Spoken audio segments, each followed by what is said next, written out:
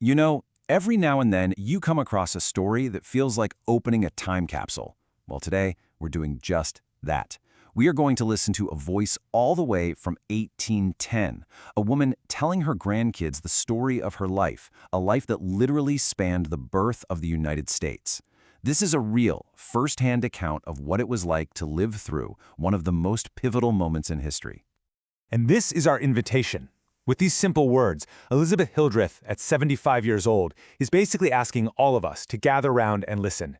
It's just an incredibly intimate and direct window into a world that is so different from our own, told by someone who is actually there. So who was this woman? Elizabeth Prescott Hildreth. She was born way back in 1734 in Westford, Massachusetts. Now let that sink in for a second. She wasn't born an American. She was born a British subject in a British colony, living under a British king. Her life would see one of the most incredible transformations in history. And this timeline, it really puts everything in perspective, doesn't it? She gets married, she starts her family, and then bam! In her early 40s, her entire world gets turned completely upside down by the Revolutionary War.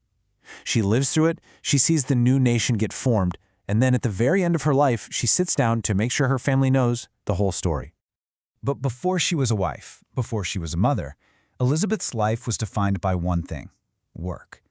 For a young woman back in the 18th century, your value, and frankly, your survival, it all depended on this huge, demanding set of skills that you had to master from the time you were just a kid. What's so striking about this quote is just how total it is, right? There was no off the clock. Her work wasn't a job she went to. It was the constant driving rhythm of her entire life from before the sun came up until long after it went down. And just look at this list of skills. This is not a list of hobbies, okay? This is a list of entire industries, all run from inside a single home. I mean, she was basically a textile manufacturer, a food preservationist, a candle maker, a completely self-sufficient economic engine. In her world, you couldn't just pop down to the store for this stuff. You either made it or you went without. Simple as that. And you got to remember, all of that work we just saw, that was what she had to know before she even started her own family. At just 18 years old, her life took on a whole new dimension of labor and responsibility. So in 1753, she married Zachariah Hildreth. She described him as a quiet, reliable, and hardworking man. He was someone she said that you could really count on. And together, they started to build a life and a family, a partnership that was just grounded in faith and, well, sheer hard work. And what a family it was. Over the next 21 years, Elizabeth gave birth 12 times. 12! Can you even imagine the work of raising that many kids in a world with zero modern conveniences? But here's the truly astonishing part, the part that even Elizabeth herself saw as an absolute miracle. Every single one of those 12 children survived infancy. In an era when losing a child was just a tragic and common part of life, this was, well, it was almost unheard of.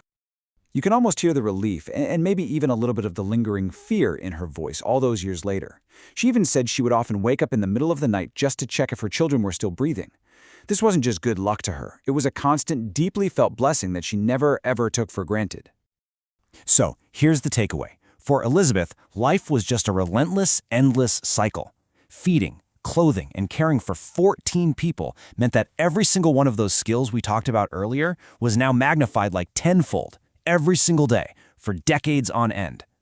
And just as her last child was born, in 1775, the world outside her home just erupted. The American Revolution wasn't some distant event Elizabeth read about. Nope, it arrived right on her doorstep, and she, like so many other women, had to figure out how to survive it from the home front. Try to imagine this for a second. 1 minute, life is normal. The next, alarm bells are ringing all across the countryside. Men are grabbing their guns and running out the door. Her own son, Zachariah Jr., marched on that alarm to Lexington. The war wasn't far away, it was sudden, it was close, and it was deadly.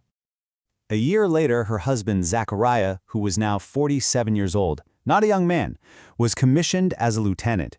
He marched off to New York in 1777, leaving Elizabeth at home, probably wondering if she would ever see him again.